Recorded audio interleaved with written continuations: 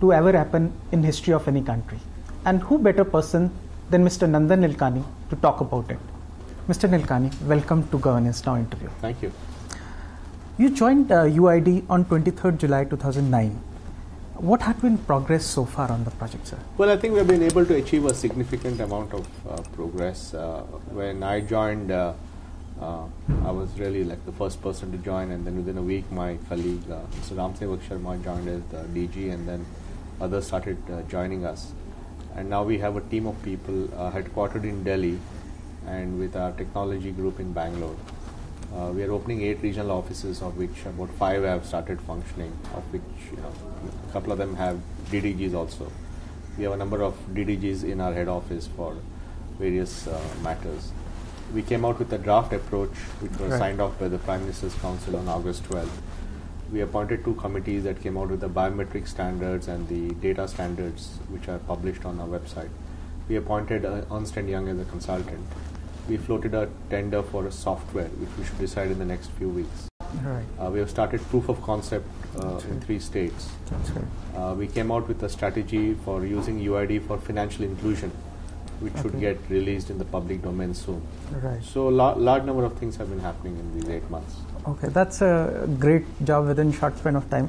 But when do we see the first UID number rolling out? Well, that we stick to our original commitment. You see, when Mr. Mukherjee gave his budget speech in July 2009, that was just before I joined, he had said that he wants the first set of UID numbers within 12 to 18 months. That's right. And for us, the 12 to 18 months started on August 12, 2009, when the PM's Council approved our strategy. So as per that, it has to be sometime between August of 2010 and February of 2011. So the numbers will start happening in that So we time. look forward to 15 August 2009 or 26 January 2000. Sounds. Okay. This UID number will be for residents or citizens? It is for residents. What is the difference essentially? Well, resident means that this number is, there is no check on or proof of citizenship for this number. But this number itself does not confer any benefits like that. It does not confer nationality, citizenship, benefits, perquisites, entitlements, rights, none of those things. All it does is, it's a number to identify a person that he is the person he claims to be. Okay. So it just says X is X, Samir is Samir, like that. There will be a lot of illegal immigrants in states. I mean, will they also be able to get this number? Anyone who meets the verification and residency requirements as defined in our document will be eligible for the number. Okay. It continues to be the responsibility of the appropriate agency to determine their eligibility for other things. Okay. For example, whether they deserve to get a BPL card, whether they deserve to get a passport, whether they deserve to vote. Right. All those things there are existing government agencies which deal with those. They continue. So we're not taking away anybody else's authority. Okay. All we're doing is giving a number saying this is a person. So even a Bangladeshi national, say staying in Mumbai, will be able to get a number?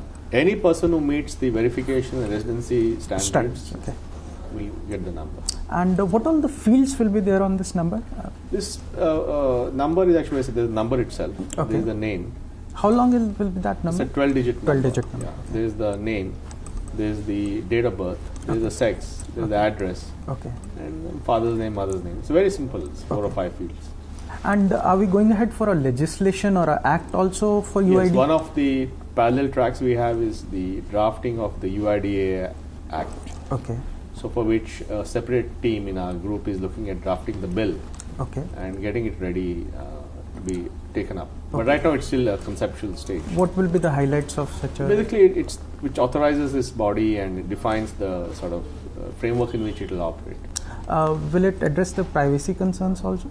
Well, the UIDAI will address the privacy concerns of the data which it has. For example, nobody can read our database.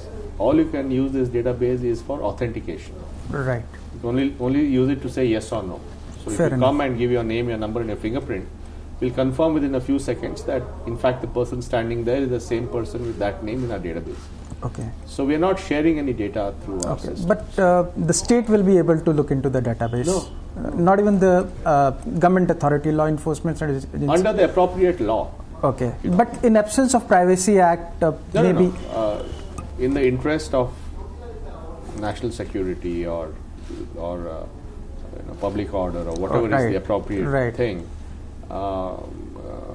there can be a request to get information on an individual, but it has to be subject to due process, court order or whatever it is. That process will be part of the UID Act? Yeah, it will be defined in the UID Act. Okay. And you just mentioned Ernst & Young has been taken on board as consultants. Yes. What will be the role of Ernst & Young? See, Ernst & Young has been selected through a RFP process. As you know, we had a number of people who came forward and they won the deal. You see, we are going to appoint a managed service provider. Okay. Because this database, which will ultimately have more than 1 billion records, has to be managed by somebody, right? It has to be outsourced to somebody. And that's a very big decision. It's the business model, the security, there's making sure it's an organization that has prior experience, all that stuff. So we will be floating an RFP for that purpose. Okay. And Ernst & Young will assist us in drafting that RFP for the final MSP choice. Okay.